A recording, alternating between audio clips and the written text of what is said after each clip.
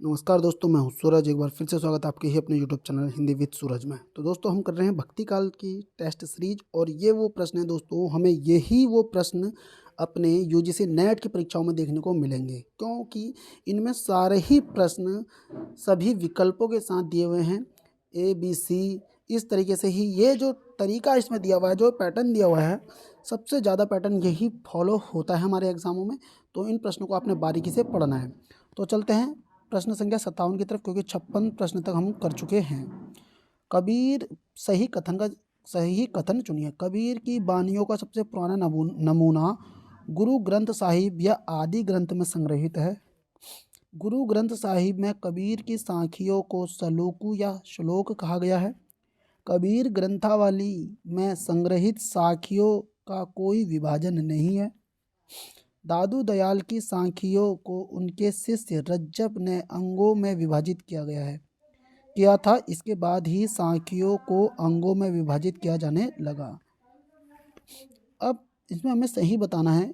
1 2 4, 1 2 3, 2 3 4, 1 2 3 4। अब देखो, इस प्रश्न का सही उत्तर क्या जाएगा आपका।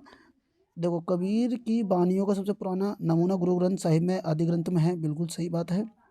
गुरु ग्रंथ साहिब में कबीर की साखियों को सलोकु या श्लोक कहा गया है, बिल्कुल सही। कबीर ग्रंथावली में संग्रहित साखियों का कोई विभाजन नहीं है, तो गलत है, क्योंकि विभाजन हुआ है। और जो साखियों का विभाजन हुआ है वो अंगों में हुआ है। और अंग कितने हैं उसके मैं आपको बता देता हूँ। अंग 59 है, 59 अंगों में विभाजित हुआ था। गुरुदेव का अंग पहला है और अबीहड़ को अंग अंतिम है। इस तरीके से याद रखना। दादू दयाल की सांख्यों को ये वाला भी जो कथन है सही है। तो 1 2 4 मतलब ऑप्शन ए इसका राइट आंसर होगा।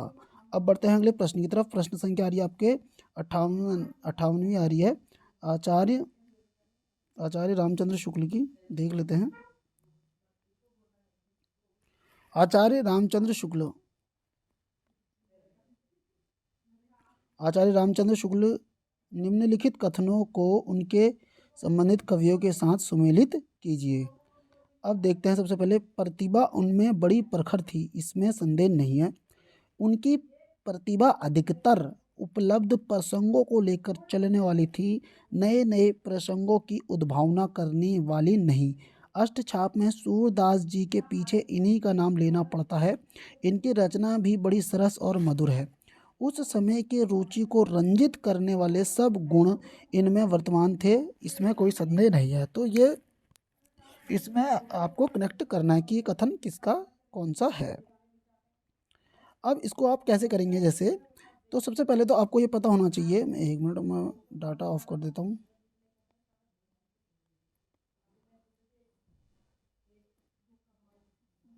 अब बिल्कुल ठीक हो गया है।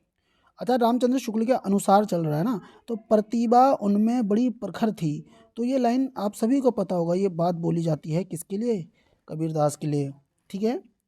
अब दूसरी चीज़ देखो, उनकी प्रतिभा अधिकतर ठीक है,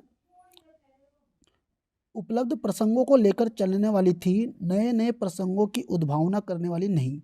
तो इसको ये लाइन किसने बोली है? तुलसीदास जी ने बोली है कि प्रतिभा उनके संबंध में बोली गई है ये तुलसीदास की, कि उनकी प्रतिभा अधिकतर उपलब्ध प्रसंगों को लेकर चलने वाली थी। ये रामचंद्र शुक्ल के कथन है, इस चीज़ को भी याद रखें आप लोग। नए नए प्रसंगों की उद्भावना करने वाली नहीं। अष्टछाप में सूरदास जी के पीछे इन्हीं का नाम लेना पड़ता है। रामचंद्र शुक्ल ने किसके लिए बोला है? तो ये बात बोली थी उन्होंने नंददास के लिए बोली थी। किसके लिए बोली है आपको मैं बता दूं, नंददास के लिए बोली है। उस समय की रुचि को रंजित करने वाले सब गुण इनमें वर्तमान थे, इसमें कोई संदेह नहीं। तो ये बात बोली गई है गंग के लिए। ठीक है। तो अब इसका आंसर हमारा क्या हो जाएगा? तो इसमें विकल्प दिए गए होंगे, मैं देख लेता हूँ विकल्प अगर नीचे बना रखे हैं। तो ये कूट दिया हुआ है, तो इसका जो कूट जाएगा ये आपका ऑप्शन बी इसका राइट हो जाएगा। अब बढ़ते हैं अगले प्रश्न की तरफ। प्रश्न अगर आपको अच्छे लग रहे हैं तो आप वीडियो को लाइक कर सकते हैं, वरना आप नहीं भी लाइक करेंगे तो भी कोई दिक्कत वाली बात नहीं है। लेकिन मैं आपको अपने अनुभव से बता रहा हूँ, क्योंकि मैंने भी इस एग्ज़ाम को क्रैक किया है, उसी अनुभव से बोल रहा हूँ। आपको वहाँ पे इसी तरीके के प्रश्न देखने को मिलेंगे। एक प्रश्न का सिंपल सा उत्तर आपको नहीं देखने को मिलेगा, बहुत कम देखने को ऐसा मिलेगा। और अगर ऐसा मिलता भी है तो कहीं ना कहीं वो यूनिट वाले प्रश्नों में ही देखने को मिलेंगे। 59वां प्रश्न आ रहा है, हरी रस पिया जानिए जे कबहु न जाए खुमार, मेमता घूमत फिरे नाही तन की सार। उपयुक्त पंक्तियां किस कवि की है?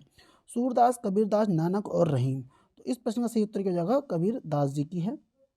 ठीक है, तो कबीरदास जी इसके बारे में तो इसका अर्थ भी सुन लीजिए आप लोग, है ना। तो कहीं पे कभी कभार इनके अर्थ से भी क्वेश्चन बन सकते हैं कि कबीरदास इसमें क्या कह रहे हैं कि प्रभु की जो भक्ति है, किसकी? प्रभु की जो भक्ति होती है, भक्ति रूपी रस पिए हुए है, पिए हुए की पहचान है, रस पिए हुए की पहचान है कि उसकी खुमारी कभी नहीं जाती। वह मन मस्त भक्त ऐसे घूमता फिरता है कि उसे अपने शरीर की भी सुधि नहीं रहती। अब बढ़ते हैं अगले प्रश्न की तरफ। कबीर कानी राखी नहीं, वर्ण आश्रम शट दर्शनी। किसने कहा? रैदास, मलूकदास, नाभादास या प्रियादास ने। तो इस प्रश्न का सही उत्तर क्या हो जाएगा? नाभादास ने ये बात बोली है। आपने नाभादास की पुस्तक देखी होगी, भक्त माल, 1585 की समथिंग की है। तो भक्त माल की ये लाइन होगी। ठीक है, अब बात करते हैं, देखो अब बढ़ते हैं आगे। 61वां प्रश्न आ रहा है आपका, इनमें से किसका समय सबसे पहले है? कबीर, रैदास, मलूकदास या दादू दयाल। तो इस प्रश्न का सही उत्तर क्या हो जाएगा आपका? रैदास का जन्म सबसे पहले हुआ है, वो कबीरदास से भी पहले हैं। और कई जगह में कहीं पे आपको कबीर का भी मिल जाता है और कहीं पे इनका भी मिल जाता है। ठीक है, अब बढ़ते हैं अगले प्रश्न की तरफ। अगर जन्म के बारे में बताना है तो मैं आपको बता देता हूँ जन्म के बारे में।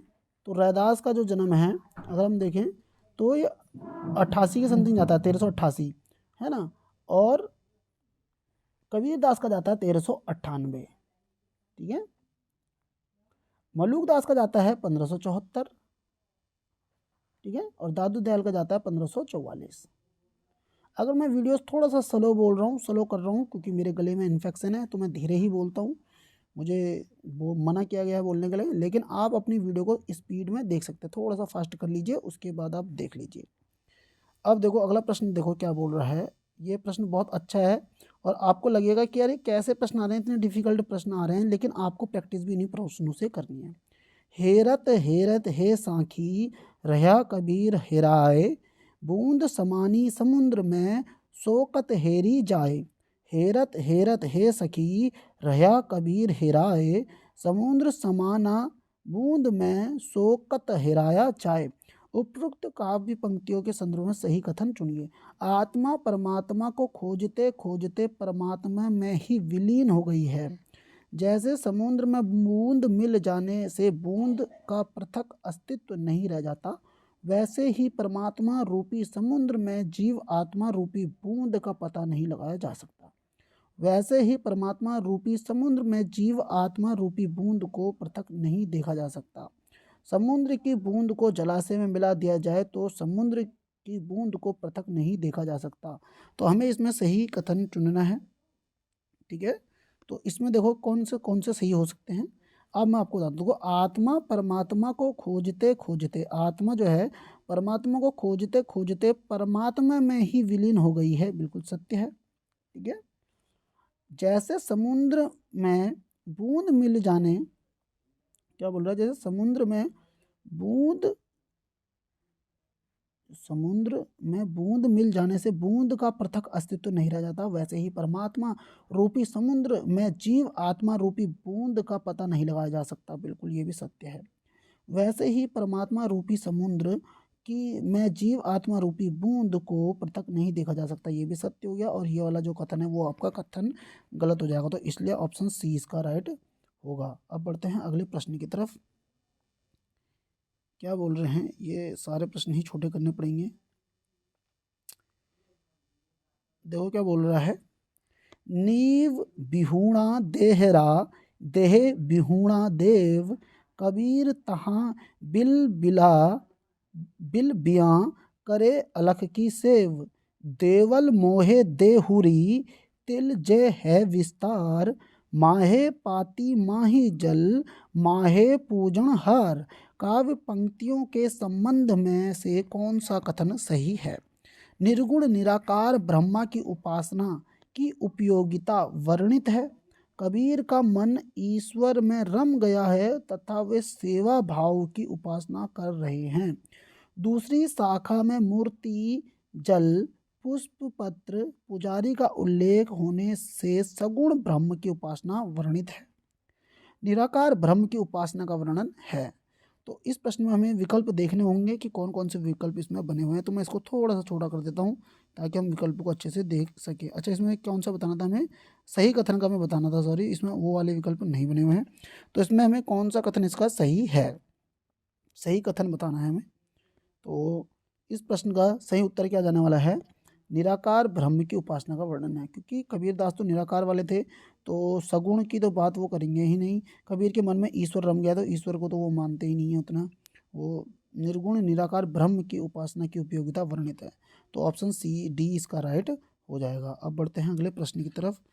64वां प्रश्न आ रहा है। 64वां प्रश्न देखते हैं कि जन्म काल के अनुसार निम्नलिखित संतों का सही अनुक्रम है। हरिदास निरंजनी, नानक देव, शेख फरीद और सुंदर दास। तो इस प्रश्न का सही उत्तर क्या जाने वाला है? तो आप देख सकते हैं नानक देव, शेख फरीद, सुंदर दास, हरिदास। तो इसका ऑप्शन ए इसका सही हो जाएगा। क्यों हो जाएगा मैं आपको बता देता हूँ। हरिदास निरंजनी का जो जन्म हुआ है वो 1455 में हुआ है। नानक देव का 1469 में हुआ है। शेख फरीद का 1472 में हुआ है। और सुंदरदास का 1596 में हुआ है। मैं लिख देता हूँ यहाँ पे 1596 और आपका 1472, ठीक है। और नानक देव का 1469 और हरिदास निरंजनी का 1455, ठीक है। अब बढ़ते हैं अगले प्रश्न की तरफ। गुरु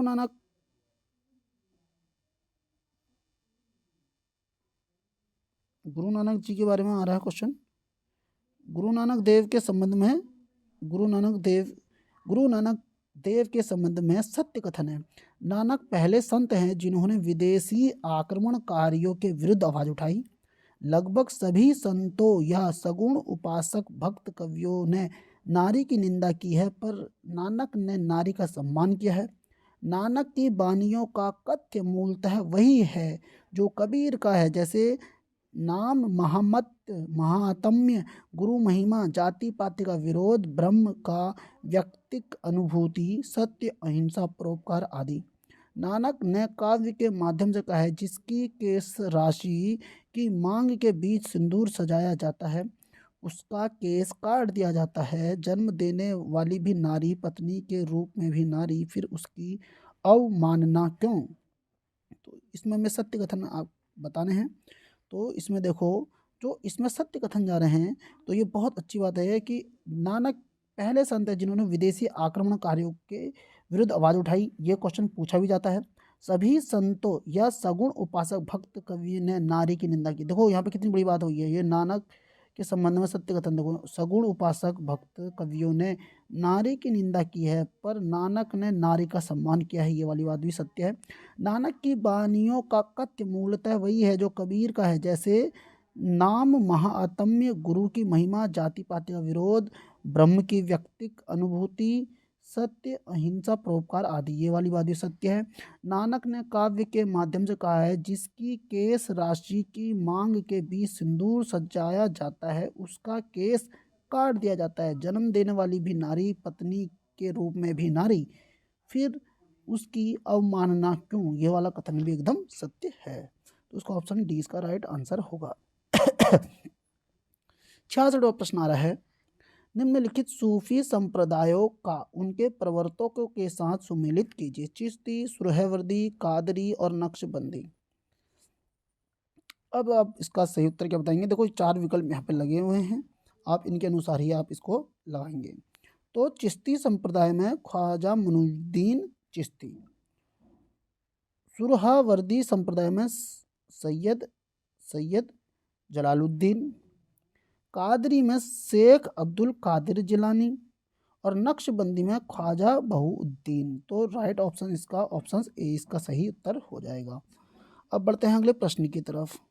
ये प्रश्न मैं मानता हूँ कि ये प्रश्न तुम्हें कहीं ना कहीं बोर कर रहे होंगे।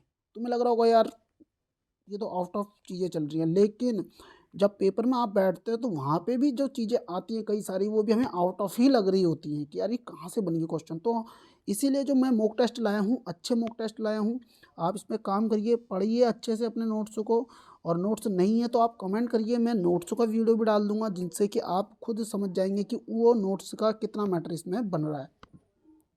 निम्नलिखित सूफी काव्यों को उनमें वर्णित प्रेम प्रकार के साथ सुमेलित कीजिए। चित्रावली, प्रत्यक्ष दर्शन, इंद्रावती, गुण श्रवण, पद्मावत, स्वप्न दर्शन, मधुमालती, चित्र दर्शन। तो ये बहुत अच्छे तरीके से इसमें क्वेश्चन को डाला गया है। तो इसमें सबसे पहले देखो, चित्रावली जो है आपका, चित्रावली को ऐसे देखेंगे कि चित्रावली जो है आपका चित्र दर्शन है, ठीक है। इंद्रावती, इंद्रावती जो आपका है स्वप्न दर्शन है। पद्मावत जो है आपका, पद्मावत क्या बनना चाहिए आपका इसमें, गुण श्रवण। और मधुमालती क्या बनेगी आपकी, प्रत्यक्ष दर्शन।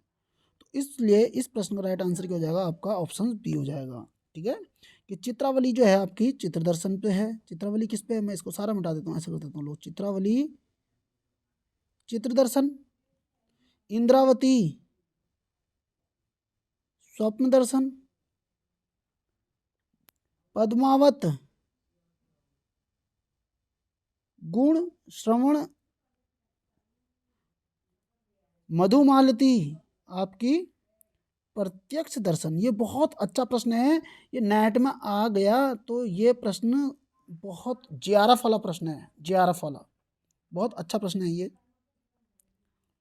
तो सबसे मेन देखो इसमें कौन कौन सा, मैं तुम्हें फिर बता देता हूँ। देखो इसमें आप देखो गुण श्रवण को याद रखें पद्मावत के लिए, ये बहुत अच्छा यूनिक बन सकता है, ठीक है। चित्रावली का तो देखो तुम चित्र दर्शन से ऐसे ही पकड़ लोगे। इंद्रावती स्वप्न दर्शन, स्वप्न इंद्रावती। अब बढ़ते हैं अगले प्रश्न की तरफ। सूफी काव्य परंपरा की निम्नलिखित कृतियों का रचना काल, ठीक है, रचना काल के अनुसार सही क्रम बताइए।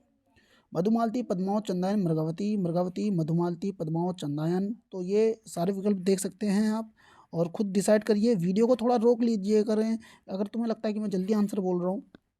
तो इस प्रश्न का राइट आंसर जो हो जाएगा, अब मैं आपसे बताता हूँ। देखो जो चंदायन है, चंदायन, चंदायन जो यहाँ, ये चलो, चंदायन जो है मुल्ला दाऊद ने लिखी है। चंदायन मुल्ला दाऊद ने लिखी थी, 1380 लगभग है ये कोई।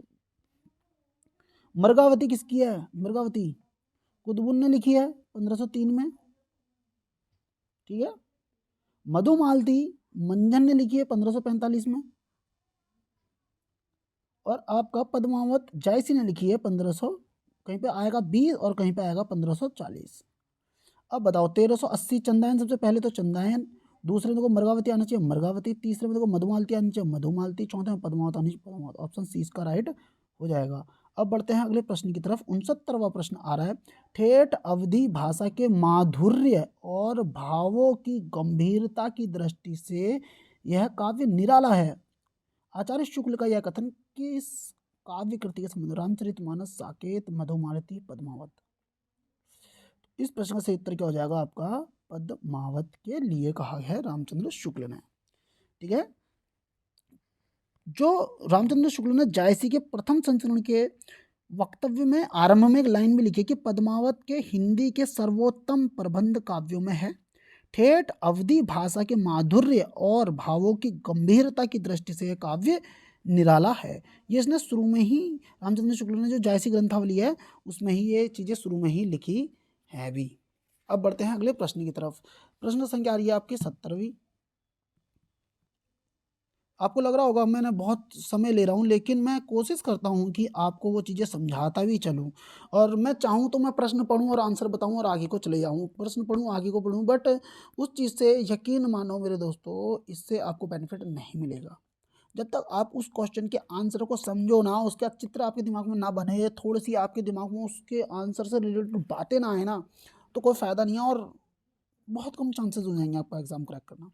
निम्नलिखित विद्वानों को उनके मत अनुसार प्रेम आख्यान परंपरा के प्रथम कवि के साथ सुमेलित कीजिए। बहुत अच्छा प्रश्न बना। गणपति चंद्र गुप्त, राम कुमार वर्मा, हजारी प्रसाद द्विवेदी, रामचंद्र शुक्ल, ये सारे कि किसने किसको बोला हुआ है। तो रामचंद्र शुक्ल अब सभी जानते हैं कि गणपति चंद्रगुप्त ने असाइत, देखो यहाँ पे गणपति चंद्रगुप्त का, देखो इसको जोड़ देते हैं, असाइत, असाइत की एक रचना थी हंसावली, कब की थी ये? 1370 की थी। इसको इन्होंने पहला कवि माना था।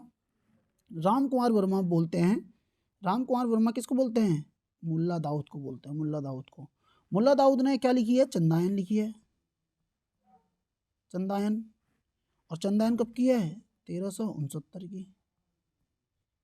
अभी मैंने 1380 बोला था ना, तो 1370, 1380, 1379 ये दोनों चलते हैं, लेकिन 1379 को आप सही भी मान सकते हैं। अब देखो, हजारी प्रसाद द्विवेदी, हजारी प्रसाद द्विवेदी ने ईश्वर दास को कहा था, जिनने लिखी थी सत्यवती कथा। कौन सी लिखी है उन्होंने? सत्यवती कथा लिखी थी 1501 में। और रामचंद्र शुक्ल ने किसको बोला? कुतुबुन को बोला। कुतुबुन ने क्या लिखी? मृगावती लिखी थी, आप सभी को पता होगा। और कब लिखी थी? 1503 में लिखी थी। तो दोस्तों इस प्रश्न का सही उत्तर क्या होने वाला है? ऑप्शन ए इसका ही राइट आंसर होगा। अब बढ़ते हैं अगले प्रश्न की तरफ। सूफी काव्य का उद्देश्य है प्रेम निरूपण, काव्य शास्त्र निरूपण, इस्लाम धर्म प्रचार, राष्ट्रीय चेतना। इस प्रश्न का सही उत्तर क्या हो जाएगा आपका? प्रेम निरूपण। सूफी काव्य का उद्देश्य क्या था? प्रेम निरूपण। अब बढ़ते हैं अगले प्रश्न की तरफ। इसमें कूट आए हुए हैं, 72वें प्रश्न आया है। सूफी काव्य के संदर्भ में सत्य कथन है, चंद्रबली पांडे और राम खिलावन पांडे ने सूफियों को इस्लाम का प्रचारक माना। बहुत अच्छे प्रश्न बन रहे हैं। रामचंद्र शुक्ल के अनुसार हिंदी सूफी काव्य फारसी सूफी मसनवियों के से प्रभावित होकर भी अपनी संपूर्ण बनावट भारतीय है, बनावट में भारतीय है। मसनवी शैली क्या होती है मैं अभी आपको बताऊंगा। दक्षिणी हिंदी सूफी कवियों की कथा का आधार भारतीय काव्य में प्रयुक्त लोक कथाएं हैं। दक्षिणी हिंदी सूफी कवियों की कथा का आधार भारतीय काव्य में प्रयुक्त लोक कथाएं हैं।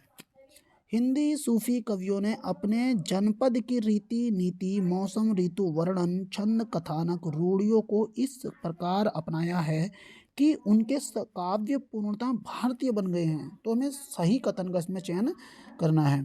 तो इसमें पहला विकल्प देखो, चंद्रबली पांडे और राम खिलावन पांडे ने सूफी को इस्लाम का प्रचारक माना, बिल्कुल सही बात है। रामचंद्र शुक्ल ने जो बात बोली है ये भी बिल्कुल सही बात है। और साथ ही साथ इस प्रश्न में हमें जो तीसरा चीज आया निकल कर, तो ऑप्शन डी होगा। ठीक है, तो थर्ड वाला जो है वो आपका गलत हो जाएगा। देखो, हिंदी सूफी कवियों की जो जमीन है ना वो भारतीय है, जबकि हिंदी सूफी कवियों की जो जमीन थी वो भारतीय थी, जबकि दक्षिणी हिंदी के सूफी कवियों की जमीन ईरानी थी। अभी देखो, जो इन्होंने जो दक्षिणी हिंदी सूफी कवियों की कथा का आधार जो है ना भारतीय काव्य नहीं, यहाँ पे अगर लिखा होता ना ईरानी काव्य, क्या लिखा होता? ईरानी, ईरानी होता, जमीन ईरानी। हिंदी सूफी कवियों की कथा यहाँ की लोक प्रचलित कहानियों पर आधारित है, और दक्षिणी हिंदी कवियों की कथाकार ईरानी काव्य में जो प्रयुक्त लोक कथाएं हैं ना उससे आधार लिया गया है। तो याद रखना, जो दक्षिणी हिंदी सूफी हैं, दक्षिणी हिंदी जो सूफी थे उनकी जो कथा का आधार था वो ईरानी काव्य था, और ईरानी जमीन उनकी ईरानी हो गई ईरानी काव्य में, और जो वहीं की जो ईरानी काव्य में जो लिखे हुए प्रयुक्त लोक कथाएं थी वही उनका आधार था। तो ये वाला विकल्प आपका गलत हो जाएगा। और ये जो लाइन है ना, ये वाली जो ये बताया था कथा, ये जो मैंने आपको बताई ईरानी शाखा है करके, ये बच्चन सिंह ने बताई है, और हिंदी साहित्य का दूसरे इतिहास में। अब बढ़ते हैं अगले प्रश्न की तरफ। मधुमालती किसके काव्य की नायिका? उस्मान, मंझन, जायसी, नूर मोहम्मद। तो इस प्रश्न का सही उत्तर क्या हो जाएगा? मंझन की जो मधुमालती जो नायिका है ना वो मंझन की रचना। मधुमालती किसके काव्य की नायिका है? तो मधुमालती तो मंझन की काव्य की नायिका थी। ठीक है, अब बात करते हैं अगले प्रश्न की तरफ। मधुमालती मंझन की है। आखिरी कलाम काव्य का प्रतिपाद्य विषय क्या है? प्रेमाख्यान, लोक संस्कृति, इस्लाम दर्शन, युग बोध। आखिरी कलाम, तो इस प्रश्न का सही उत्तर हो जाएगा इस्लाम दर्शन। और ये आखिरी कलाम थी किसकी? तो मैं आपको बता देता हूँ, जायसी की लिखी हुई है। ठीक है, 60 दोहे हैं इसमें। कितने? आखिरी कलाम में कितने दोहे हैं? 60 दोहे हैं। और 420 कितनी? देखो 420 क्या है याद रखना, अर्धाली, अर्धाली। और ये क्या है, खंड काव्य है, खंड काव्य है ये। अब बात करते हैं अगले प्रश्न की तरफ। रचनाओं के साथ सुमिलित करना था कि ये कौन से काव्य में जुड़ी हुई हैं।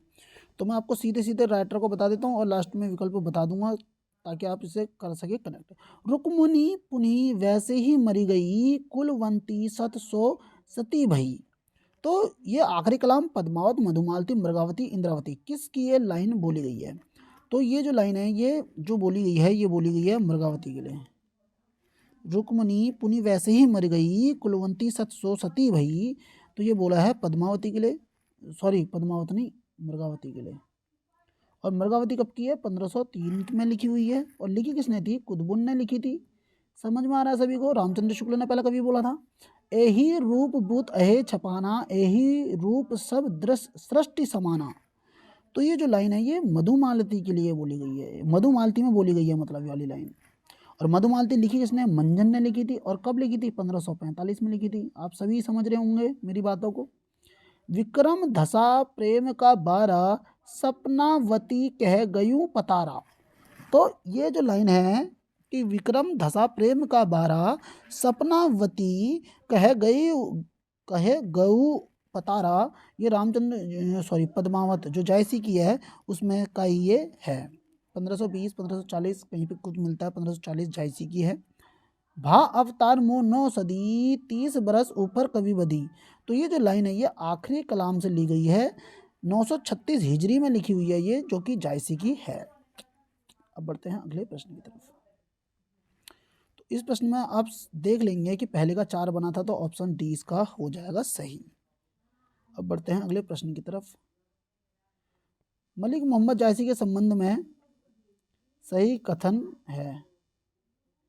ये प्रसिद्ध सूफी फकीर निजामुद्दीन चिश्ती की शिष्य परंपरा में हाजी बाबा के शिष्य हैं।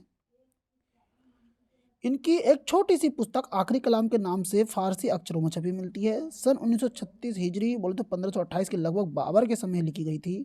इस पुस्तक में जायसी ने अपने जन्म के संबंध में लिखा है, भा अवतार मोर 9 सदी, 30 बरस ऊपर कवि बदी।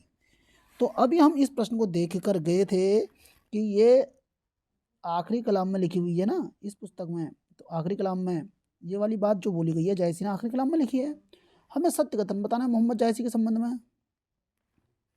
तो इसमें हम देखते हैं कि हमारा सही आंसर क्या हो जाएगा। तो देखो,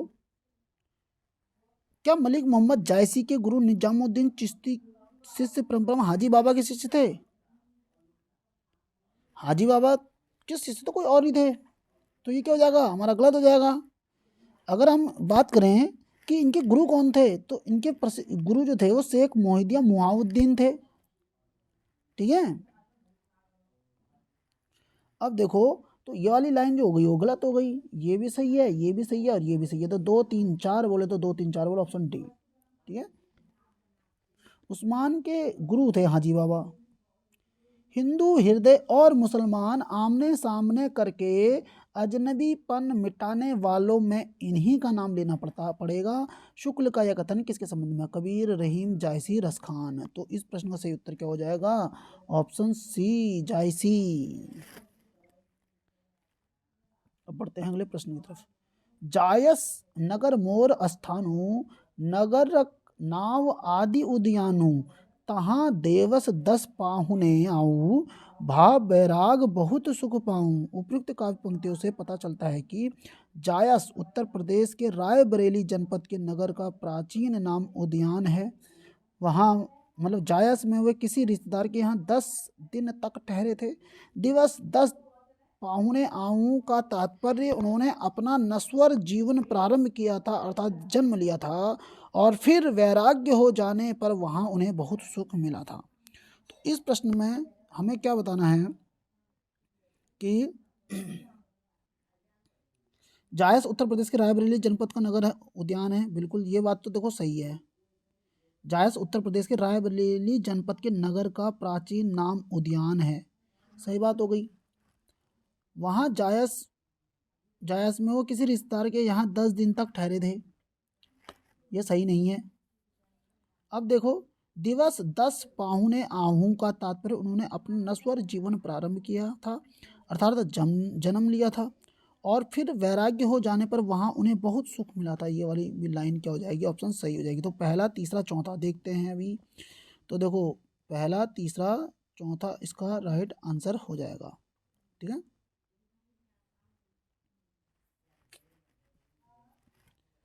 अब देखो, ये जो लाइनें हैं ना, ये कहाँ गया? जायस नगर, मोरू, स्थानु, नरगांव आदि उद्यानु, ये जो लाइनें हैं याद रखना, ये आखिरी कलाम से हैं। ये किससे हैं? आखिरी कलाम से हैं। अब बढ़ते हैं अगले प्रश्न में। जायस नगर धर्म स्थानु तहवा यह किन्हीं बखानु, इस चौपाई में जायसी ने अपने किस ग्रंथ की रचना करने की बात कही है? तो इस चौपाई द्वारा जायसी ने अपने किस ग्रंथ की रचना करने की बात कही है? तब यहाँ किन्हें बखानू, पद्मावत, अखरावट, आखिरी कलाम, कहरा नामा। तो इस प्रश्न का सही उत्तर क्या हो जाएगा आपका? पद्मावत। अब कईयों को लगेगा कि ये लाइन तो अखरावट, मैंने अभी आखिरी कलाम बोला था, लेकिन ये बोली जो लाइन है, ये लिखी जो गई है, वो लिखी गई है आखिरी कलाम में। लेकिन इस चौपाई द्वारा जायसी ने अपने किस ग्रंथ की रचना करने की बात की है? तो करने की जो बात की थी वो की थी पद्मावत की, रचना करने की बात की है पद्मावत के लिए। लेकिन ये लिखा किस में गया है? तो ये आखिरी कलाम में लिखा गया है। ठीक है। कई लोगों को ये डाउट हो जाएगा कि अभी तो मैं आखिरी कलाम बता के गया हूँ, तो लिखा उसमें है और बता उसके बारे में रहा है कि वो लिखने के बारे में बात कर रहा है। जायसी ने अपने किस मित्र को पंडित और ज्ञानी कहा है? सालार मियाँ, यूसुफ मलिक, मियाँ सलोने, बड़े शेख। तो इस प्रश्न का सही उत्तर क्या हो जाएगा आपका? यूसुफ मलिक को उन्होंने पंडित और ज्ञानी कहकर पुकारा था। ठीक है। अब बढ़ते हैं अगले प्रश्न की तरफ।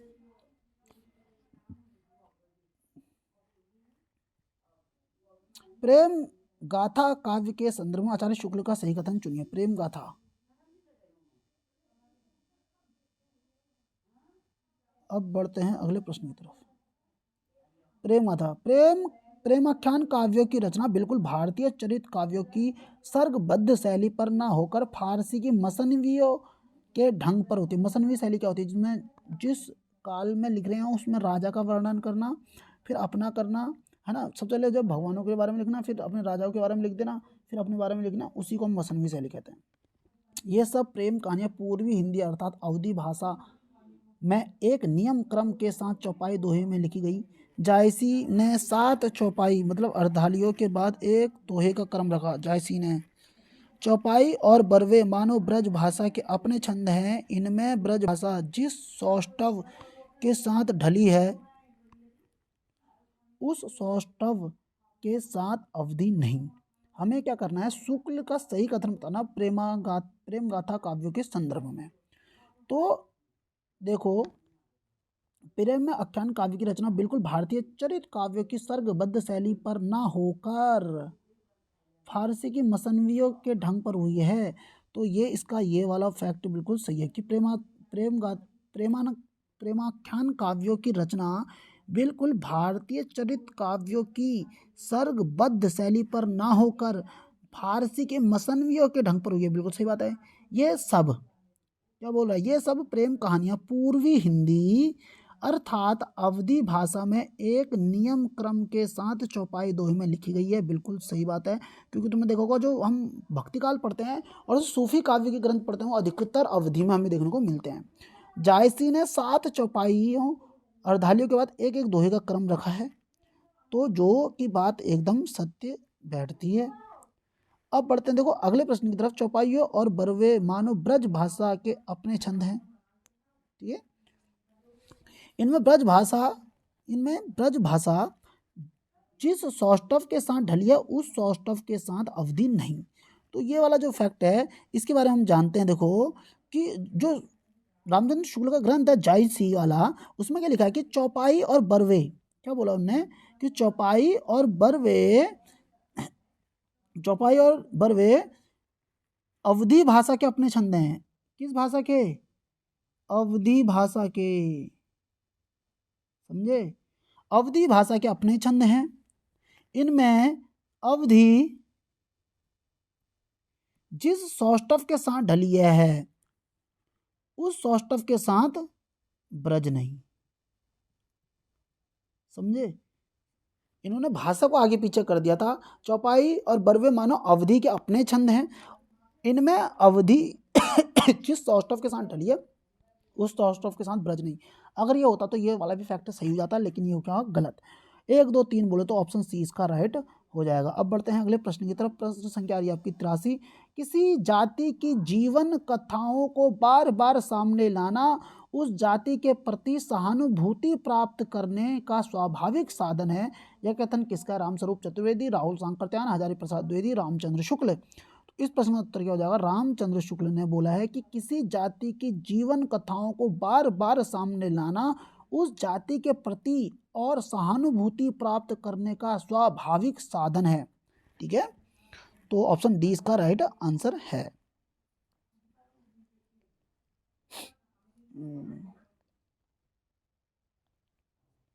अब बढ़ते हैं अगले प्रश्न की तरफ। प्रश्न क्या है? 83। बूंद ही समुद्र समान यह अचरज कासो कहो, जो हेरा सो हैरान मोहम्मद आपू ही आपू महा। यह काव्य पंक्तियां जायसी की किस रचना से उद्धृत हैं? अखरावट, आखिरी कलाम, पद्मावत और पोस्ती नामा। इस प्रश्न का सही उत्तर क्या हो जाएगा आपका? अखरावट। बूंद ही समुद्र समान यह अचरज कासो कहो, जो हेरा सो हैरान मोहम्मद आपू ही आपू महा।